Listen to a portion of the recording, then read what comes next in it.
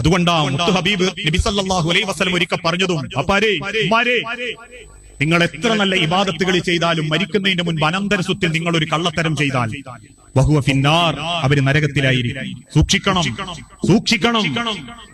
പലരും കള്ള ഒപ്പിട്ടിട്ടും അല്ലാണ്ടും ഒക്കെ വരുതിയിലാക്കുന്നുണ്ട്. ചില മക്കളോട് ഒരു പ്രത്യേക താല്പര്യം, അതുകൊണ്ട് ഓന് കുറച്ച് കൂടുതൽ എഴുതി വെക്കുക.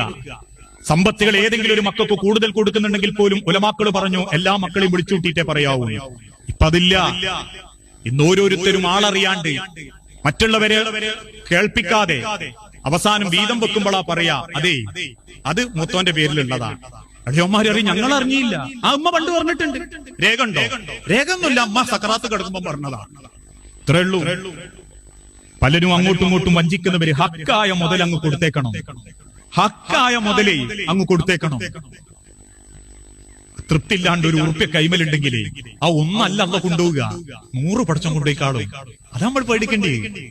ഹക്കല്ലാത്ത ഒരു ഉറുപ്പ്യ കൈമലുണ്ടെങ്കിൽ ആ ഒരു ഉറുപ്പ്യ അല്ല അല്ല കൊണ്ടുപോവുക. ഉള്ള ഹലാലുള്ളതും കൂടി പടച്ചം കൊണ്ടുപോയിക്കാളും. എന്നിട്ട് അള്ളാഹു നിന്നെ അറിയിക്കും ദാരിദ്ര്യത്തിന്റെ സങ്കടം, അപമാനം, പൈസന്റെ വില. മുതലുണ്ടാക്കുക എന്ന് പറഞ്ഞാൽ എളുപ്പ, പക്ഷെ ആ